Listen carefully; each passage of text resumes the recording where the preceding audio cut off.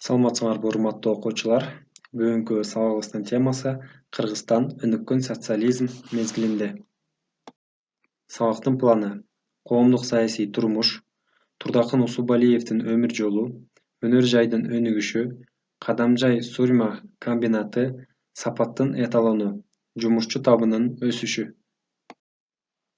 КПСС БКнын биринчи секретары Леонид Брежнев 1964–1982 жылдар аралыгында СССРди башкарып турган. Ал мезгилде СССРдин министрлер советинин председатели Косыгин болгон. Ал эми Кыргызстанда Исхак Разаковдун ордуна Кыргыз СССРнин биринчи секретари Турдакын Усубалиев болгон. Өнүккөн социализм мезгили. КПССтин бюрократиялык аппараты чыңдалган, өлкөдөгү бардык бийлик партиянын жогорку органдарына топтолгон. Кыргызстандын Компартиясы СССРдин съезддеринин, пленумдарынын, конференциялардын алдын ала даярдалган чечимдерин кабыл алууга, аткарууга милдеттүү болушкан. Партиянын комсомол, профсоюз уюмдарында формалдуулук, шашылыш чечим кабыл алуу, курулай шаңдануу, кичине иш үчүн тоодой рапорт берүү күч алган. Профсоюздар жөнүндө курстар ачылган, алардын демилгеси менен өндүрүштүк кеңешмелер ачылган. 1961 жылы кеңешмелерде 25 000 адам иштесе, 1985 жылы 60 000 адам иштеген. 1985 жылы 57 000 жеңилдетилген путевкалар берилген. 1960 жылдары СССРде советтердин ролун көтөрүү каралган. Анын негизинде 1977 жылы 7 октябрда СССРдин Конституциясы кабыл алынган. 1978 жылы 20 апрелде Кыргыз СССРинин Конституциясы кабыл алынган.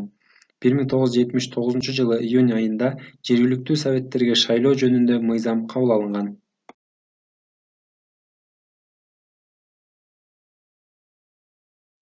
Өнөр жайдын өнүгүшү. 1965–85 жылдар аралыгында Кыргызстанда 150 жаңы өнөр жай ишканалары курулган.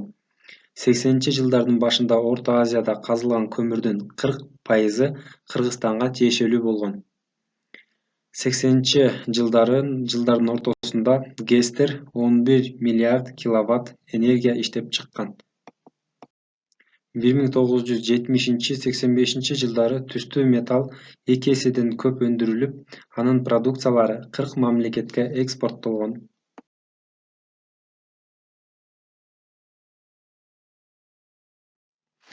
Өнөр жайдын өнүгүшү. Айыл чарба машиналарын чыгаруучу Фрунзе атындагы заводдо 1985 жылы 32 000 чөп таңгактоочу машина чыгарылган. Тяжелоэлектромаш заводу иштеп баштаган.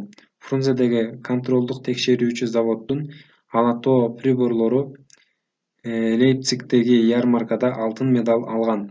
Кыргыз кабель, Кыргыз электродвигатель, электрондук эсептөөчү машина куруу ишканалар иштеген. Жеңил өнөр жай тармактары жай өнүккөн. Аларды реконструкциялоо ишине көңүл бурулбай калган. Жумушчу табынын өсүшү. Кыргызстанда 1960 жылы 310 000 жумушчу болсо, 1985 жылы 6,3 эсеге көбөйгөн. 1970 жылы 172 000 кыргыз жумушчулары эмгектенген. Тема боюнча суроолор. Коомдук саясий турмуштагы өзгөрүүлөрдү айтып бергиле. Партиялык мамлекеттик бийлик кандайча чыңдалган? Турдакын Усубалиевдин өмүр жолу жөнүндө эмне билесиңер? Партиялык жетекчилер жөнүндө эмне билесиңер? Экономикалык реформа учурунда өнөр жай кандайча өнүккөн? Республиканын жумушчу табынын өнүгүшүндө кандай тенденциялар байкалган?